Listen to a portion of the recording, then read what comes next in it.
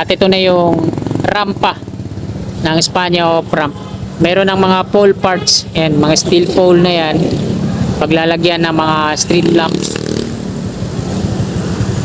So ito yung ilalim, Antipolo Street, ilalim ng viaduct ng NLEX connector. So yung parapet wall niya, sagad na yan hanggang dito. Ganon dito sa kabila. Ayan, nakabalot pa siya ng gali pag ano. Ito yung para ma-absorb yung basang pouring, mabilis matuyo. Sinimulan ko to, walang naniniwala sa paligid ko. Ano? Magandang gabi mga kababayan, pahabol update po tayo ngayon, no? Araw po ng Huwebes, ika-isa na po ng February taong 2024 at eto, mag-alas 6 na po ng gabi. Nandito po tayo sa kaban ng Algeciras Street at papasadahan natin habang pauwi po tayo, no? Kunan natin ang update dito sa NLEX connector mula dito sa Honrates Street patungo dun sa Espanya off-ramp at Espanya on-ramp.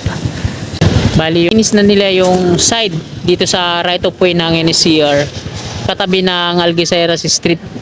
Mga barracks nila, yung mga container, nilipat na nila dito sa loob, no? At yung mga materials nila na nakalagay dito sa right of way ng NCR, nilipat na nila doon nila tinambak sa ilalim ng viaduct ng NLEX connector. Makikita naman natin sa loob, no? Mula po yan dito sa may G. Tuason Street patungo doon, no? Sa may Fajardo Street, SH Loyola. May mga mangilan-ilan pa tayo makikita dito, mga container. Aalisin din yun, no? At inilipat nila dito sa gitna. Ayan po yung toll dito sa may Honrates Street, no? So, tapos na yata yan kung di ako nagkakamali. Meron na rin mga street lamps patungo doon. At makikita na lang natin dito yung mga kotse tsaka mga sasakyan. Ito yung mga may-ari niyan, mga kabayan dito. Dito sila nagpa-park sa kanan. Ito yung right of way ng NCR. Diretso tayo doon sa may Espanya off-ramp. Babaybayin natin yan at kukunan natin ng update. So tara, let's go!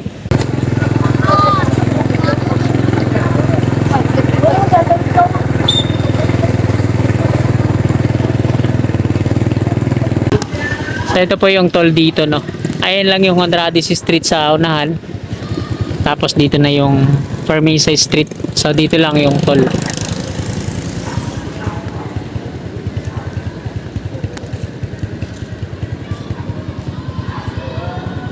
Dami mga materyales na inusog na nila sa may bandang gitna dito sa ilalim ng NLEX connector. Mga macro geofoam, yung makakapal. Ayan, yung nandito. Ayan, mga macro geofoam, tapos yung mga phenolic board. So ayan yung mga materyales na nandito sa right of way ng NCR na nilipat nila doon. At dito naman sa kaliwa natin yung mga poste ng Meralco, no? Kasi ito yung mga kawad ng kuryente na to, mga octopus wiring, lilipat na po yan dito, no? Ayan, maliwalas na po dito, no? So merong bantay na gwardiya dito, siya yung nagbabantay dito sa mga bakal na to, baka nakawin.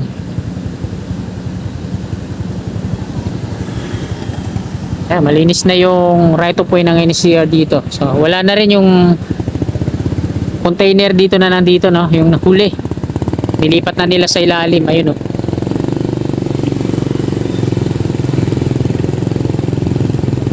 Medyo maliwanag pa yung kuha natin kahit papaano. So ito na mga kababayan, yung Espanya on-ramp. Ayan, may mga gantry signs sa taas. Oh, lupia kayo dyan! Lalagyan ng mga signboard. Ito yung rampa, paakyat ng Espanya on-ramp. So meron na rin mga mga street lamps, gilid-gilid niya. At sa kahabaan po tayo ng Algeciras Street.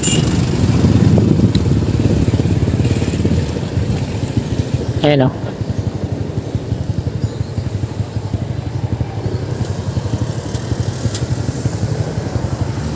Bukas na yung mga street lamps sa mismong NLEX connector.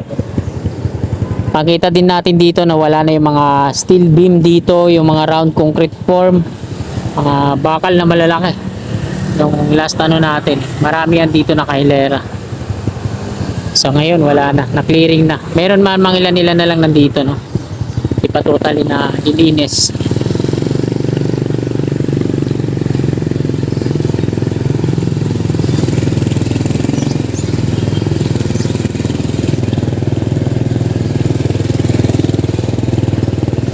Meron ding gantry sign dyan. Paglalagyan ng signboard. Nandito na gantry sign. Ayan yung kaparehas doon sa ano, sa may Buenos Aires, yung ginagawa dyan. Ganyan yung tsura niya, no. Lalagyan ng signage. Ayun naman yung viaduct ng Espanya Opram patungo doon sa may SH Loyola. So ito na po yung Fajardo Street, mga kababayan. Daloy na mga sakyan na yan. Kung gusto nilang magtungo sa NLEX connector patungong Skyway Stage 3 southbound, kakaliwa. Tapos paakyat na yan dito. Hanggang doon na. Ito yung mga sakyan na palabas dito sa Lacson Avenue. Tuloy tayo hanggang doon sa may SH Loyola Street. Tara. Tara, let's.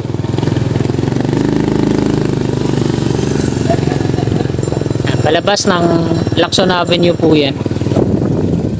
Meron pang dalawang container dito, no.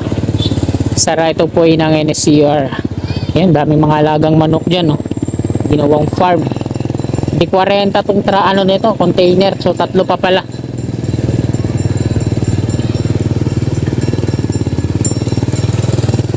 Dito yung mga barracks nila sa ilalim.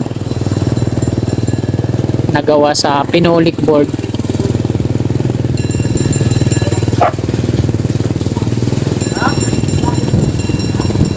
Dito na po tayo sa SH Loyola, no. Palabas ng Espanya Boulevard yan doon. Ito yung Espanya Station ng PNR. Rail track ng PNR. Galing tayo kanina doon, no. So mayroong tren. Antipolo Street naman dito sa baba. Papasok dito sa loob. Antipolo Street din yan. At ito na yung Espanya Opram. Meron ng mga steel pole na yan. Paglalagyan ng mga street lamps. So ito yung ilalim, Antipolo Street. Ilalim ng viaduct ng NLEX connector. So yung parapet wall niya, sagad na yan hanggang dito. Ganon dito sa kabila. So, naporing na nila yung dito sa harapan. Ayan, o. Nakabalot pa ng gunny bag. Ito yung nag-absorb sa ano, mabilis mapatuyo yung pouring, yung gunny bag na yan. So ito yung huli na in-update natin. Pinapantay nila, tapos nilagyan nila ng rebar. Tapos ayan, may pouring na. Ito naman yung mga steel pole na nandito. So wala pang lamp na nakalagay. Ito yung mga LED, no? Solar na hindi gumagamit ng kuryente. Pag nag-automatic yan, pag sapit ng gabi, bigla na lang umiilaw yan. Dalawa ngayong option ulit ng Espanya Opram. Pwede siyang kumana diretso doon sa Maceda, tapos kakaliwa ulit lalabas ng Espanya Boulevard. At pwede rin siyang dumiretso dito, no, direkta palabas ng Espanya Boulevard. Yung update naman sa kabayan dyan, so hindi pa totally na di-demolish. So dito na tayo, may gwardiya dun sa unahan, sana di tayo pagalitan. Ayan mga kababayan, palabas ng Espanya Boulevard. Ito, meron na siyang, ayan, nakabalot pa siya ng gali pag ano. Ito yung para ma-absorb yung basang pouring, mabilis matuyo. Doon naman sa unahan, ayan, sa may mga plastic barrier na yon, naspalto na po yan, ano. At ito, hanggang dito sa dulo may mga steel pole na para sa street lamps na gagawin. Doon sa dulo may mga lamps na yan. Dito na lang yung tatlo, hilera palabas dito, wala pa. Ito, pangketa na yan dyan. Ito yung drainage patungo doon. So okay na. Bali, ang kulang na lang dito yung mga reflectorized markings kabilaan, yung mga dilaw na, parang lata na nakakabit dito sa parapet wall nya. Tapos yung thermoplastic pavement, yung mga markings na pakyat dun sa taas, yung umiilaw pag gabi. So ayan na lang yung kulang mga kababayan, at malapit na rin maging operational to, no. Magagamit na to. Ayan, may gantry sign din dun sa taas. At ayan.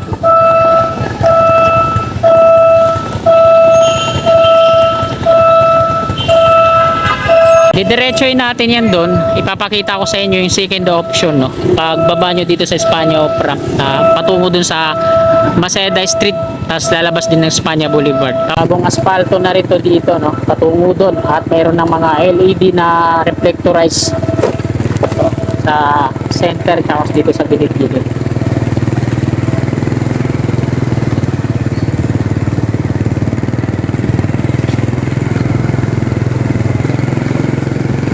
Pagbaba nyo dun sa mga Espanya Opera, at kung ayaw nyong dumiretso dun sa Antipolo Street at kakanan kayo dito, dalawa yung option nyo. Pwede kayong dumiretso dun, at pagdating dito sa may Maceda Street ay pwede na kayong kumaliwa.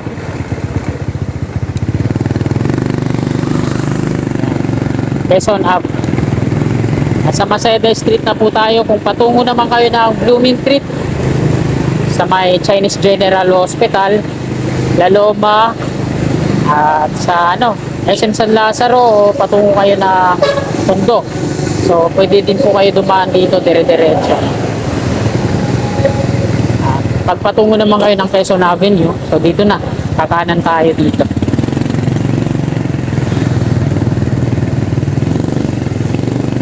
So ayan po yung second option, Espanya Boulevard din yung labas.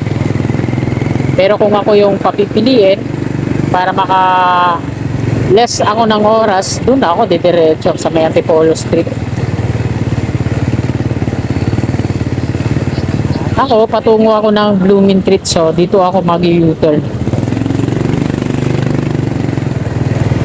Papasok muna ako dito. Dito ako tatawid. Patungo ako doon, Blooming Street Road. Boundary ng QC at Blooming Street, Manila. Tapos tatawid ako dito.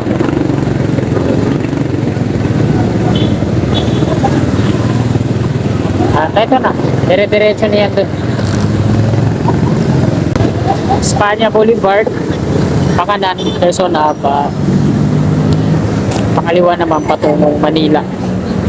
So dito na po nagtatapos tong video na to. Maraming salamat po sa patuloy niyong suporta sa aking munting YouTube channel.